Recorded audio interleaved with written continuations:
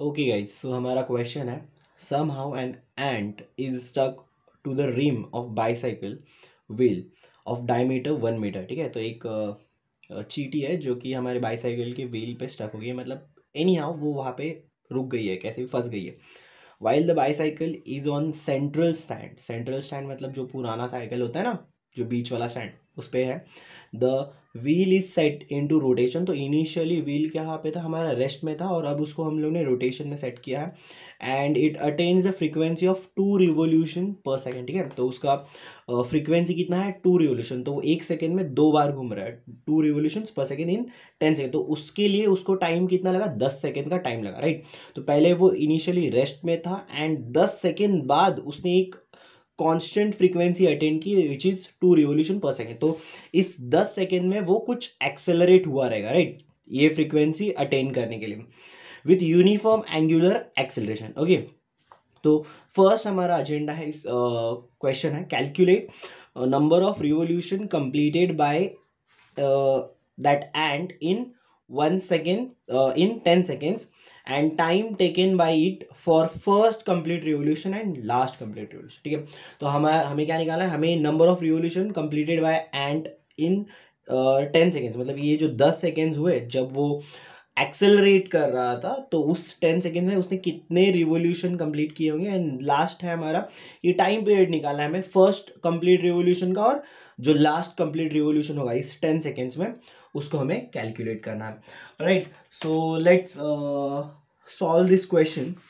अब यहाँ पे हमारे पास क्या क्या गिवन है, तो हमारे पास है डायमीटर, राइट। हमारे पास क्या है, डायमीटर है उस व्हील का, तो वो डायमीटर लिख देते हैं हम लोग। डायमीटर दिया हुआ है कितना, 1 मीटर, राइट। सो यहाँ से हम लोग रेडियस निकाल सकते हैं। रेडियस क्या हो जाता है, d/2 which is equal to हो जाएगा 0.5 मीटर्स, राइट। अब एज आई सेड इनिशियली वो क्या है, रेस्ट में है, तो इनिशियल उसका अब यहाँ पे हमारा व्हील है, राइट। और व्हील क्या है, एक ऐसे गोल है, राइट, व्हील। और एक फिक्स्ड एक्सिस के अलोंग वो व्हील क्या होता है, रोटेट होता है ना, एक फिक्स्ड एक्सिस के अलोंग वो व्हील घूमता है। तो यहाँ पे हम लोग किसको देखेंगे, यहाँ पे हम लोग एंगुलर वेलोसिटी को देखेंगे। ओके, सो यहाँ पे इनिशियल जो एंगुलर वेलोसिटी है that will be equal to 0, और फाइनल जो एंगुलर वेलोसिटी है वो यहाँ पे क्वेश्चन में दिया हुआ है 2 रिवोल्यूशन पर सेकेंड वो अटेन कर रहा है, राइट। सो यहाँ पे फाइनल क्या है हमारी angular velocity 2 RPS, right, revolution per second. And time period कितना लिया हुआ है, टाइम पीरियड लिया हुआ है 10 सेकेंड्स का, राइट, 10 सेकेंड्स लगा है। अब यहाँ पे हमें पहले तो एवरेज एंगुलर वेलोसिटी निकालनी पड़ेगी कि भाई टोटल एवरेज उतने टाइम पीरियड में टोटल एवरेज कितना हुआ। सो यहाँ पे हमारा एवरेज एंगुलर वेलोसिटी, नॉर्मली हम लोग एवरेज निकाल सकते हैं कि भाई हमें हमारे पास 2 वेलोसिटीज है, राइट, डिवाइडेड बाय 2।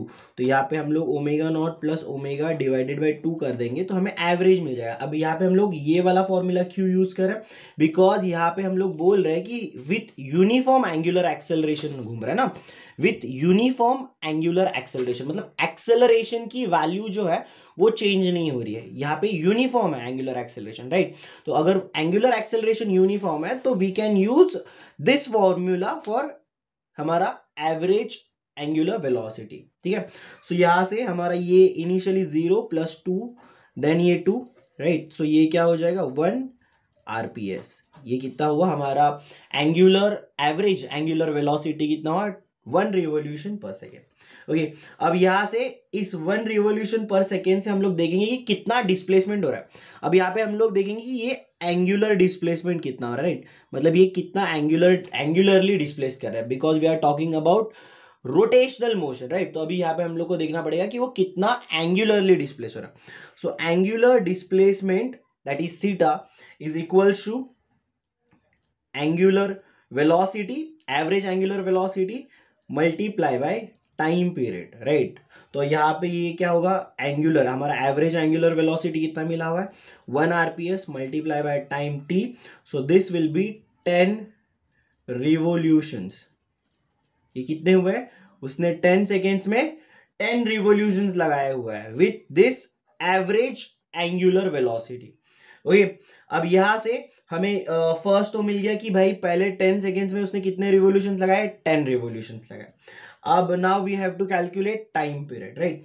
अब टाइम पीरियड कैलकुलेट करना है तो हमें पता है कि पहले वो क्या कर रहा है, इनिशियली रेस्ट में था, रेस्ट से वो क्या कर रहा है, रोटेट 10 सेकेंड के लिए वो क्या हुआ, घूमा, एंड देन फिर उसने अटेंड किया 2 रिवोल्यूशन पर सेकेंड का स्पीड। सो फिर यहाँ पे हम लोग पहले निकाल लेते, चलो एक्सेलरेशन ही निकाल लेते हैं पहले, एक्सेलरेट कितना किया है उसने, राइट। तो angular acceleration will be equals to change in angular velocity by change in time, यही होता है ना, change in angular velocity by change in time.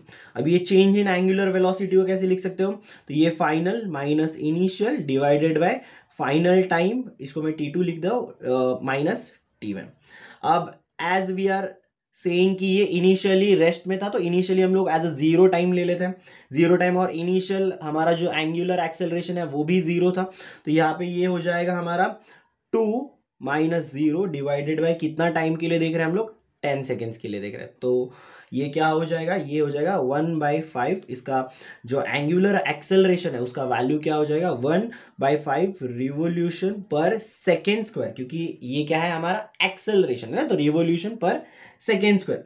अब यहाँ से हमारे पास एंगुलर एक्सेलरेशन है, हमारे पास एंगुलर डिस्प्लेसमेंट है, so we can calculate the time period, right. अब यहाँ पे टाइम पीरियड कैसे कैलकुलेट करना है, तो यहाँ पे सिंपल है हमारा इक्वेशन ऑफ मोशन जो ये होता है ना, s is equals to U T plus half AT square, right. यही फॉर्मूला हम लोग यूज करेंगे, बट यहाँ पे हमारी क्वांटिटीज क्या होंगी, यहाँ पे हमारी सारी की सारी एंगुलर क्वांटिटीज होंगी, तो s जो लीनियर डिस्प्लेसमेंट होता है उसकी जगह हम लोग यूज करेंगे एंगुलर डिस्प्लेसमेंट। तो ये एंगुलर डिस्प्लेसमेंट, ये u that is initial velocity होता है, तो उसकी जगह हम लोग इनिशियल एंगुलर वेलोसिटी यूज करेंगे, t टाइम पीरियड तो वही रहेगा, प्लस हाफ a की जगह अल्फा t स्क्वायर। ओके, तो इसको मैं साइड में रखता हूँ, ठीक है, ये साइड में है, तो ये हुआ। अब यहाँ पे फर्स्ट हमें क्या निकालना है, हमें फर्स्ट रिवोल्यूशन का देखना है। अब फर्स्ट रिवोल्यूशन मतलब हमारा डिस्प्लेसमेंट कितना होगा, एंगुलर डिस्प्लेसमेंट का वैल्यू फर्स्ट रिवोल्यूशन के लिए एंगुलर डिस्प्लेसमेंट का वैल्यू 1 हो जाएगा, राइट।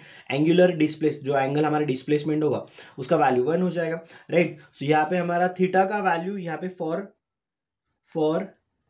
फर्स्ट रिवोल्यूशन हमारे थीटा का वैल्यू क्या हो जाएगा, जो एंगुलर डिस्प्लेसमेंट उसका वैल्यू 1 हो जाएगा, ठीक है। सो यहां से 1 इज इक्वल्स टू हाफ। अब एज ये ओमेगा नॉट हमारा जीरो है, राइट, ओमेगा नॉट हमारा जीरो है, तो हम लोग बस ये देखेंगे, तो यहाँ पे हाफ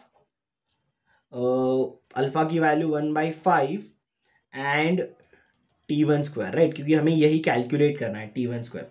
सो यहाँ से ये क्या हो जाएगा, 2 5 10, राइट, और वो 10 यहाँ पे आ जाएगा, तो t1 square will be equals to 10। So therefore t1 will be equals to √10। Okay, अब √10 की वैल्यू कुछ अराउंड 3.16 समथिंग आती है, तो वो 3.16 समथिंग हो जाएगी सेकेंड्स। ओके, अब हमें क्या देखना है, हमें सेकेंड 10th रिवोल्यूशन का जो लास्ट रिवोल्यूशन है उसके लिए कैलकुलेट करना है।